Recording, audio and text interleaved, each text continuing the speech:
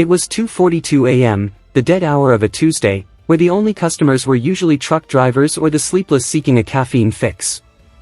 Leo, a 23-year-old with tired eyes and a heart still heavy from a recent layoff at his real job, wiped down the counter for the 10th time.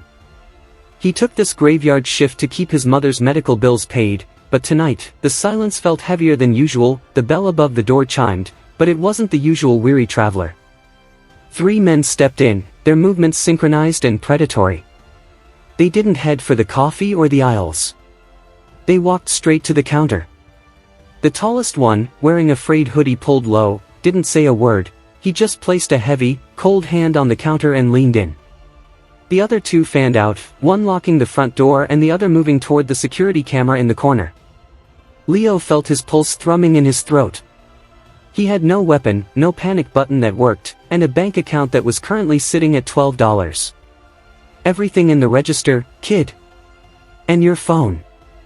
Fast, the leader whispered, his voice like gravel. Leo's hands shook as he reached for the keys. He wasn't a hero, he was just a guy trying to survive a Tuesday. The leader grew impatient, reaching over the counter to grab Leo's collar. The air in the small shop turned freezing as the reality of the situation set in. Leo closed his eyes, expecting the worst, when the bell above the locked door chimed.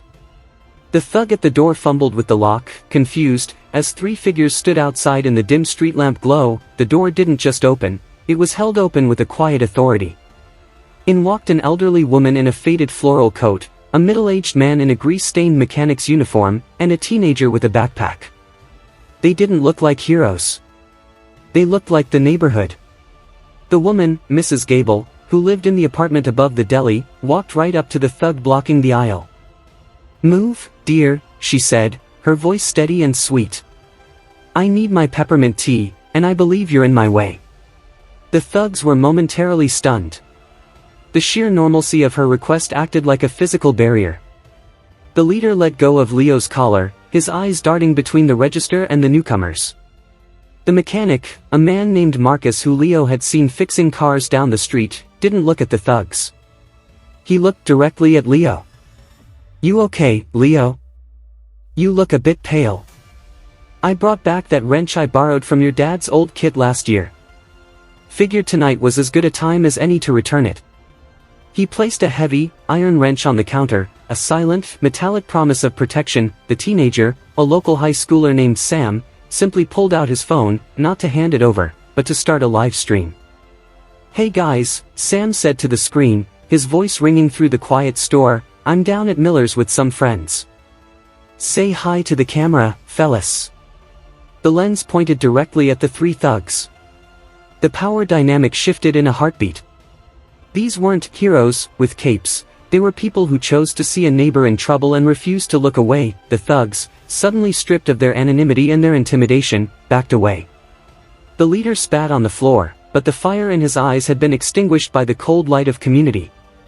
They unlocked the door and vanished into the night, the bell chiming one last time as they fled. Leo sank onto his stool, his breath finally returning. Mrs. Gable reached across the counter and patted his hand. "We saw them follow you in from across the street, Leo. We aren't as fast as we used to be, but we're still here." That night changed Leo. He realized that the world isn't divided into victims and villains, but into those who stand alone and those who stand together.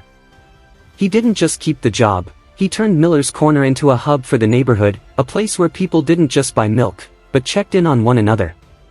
The unexpected heroes weren't warriors, they were simply people who refused to let a neighbor be cornered.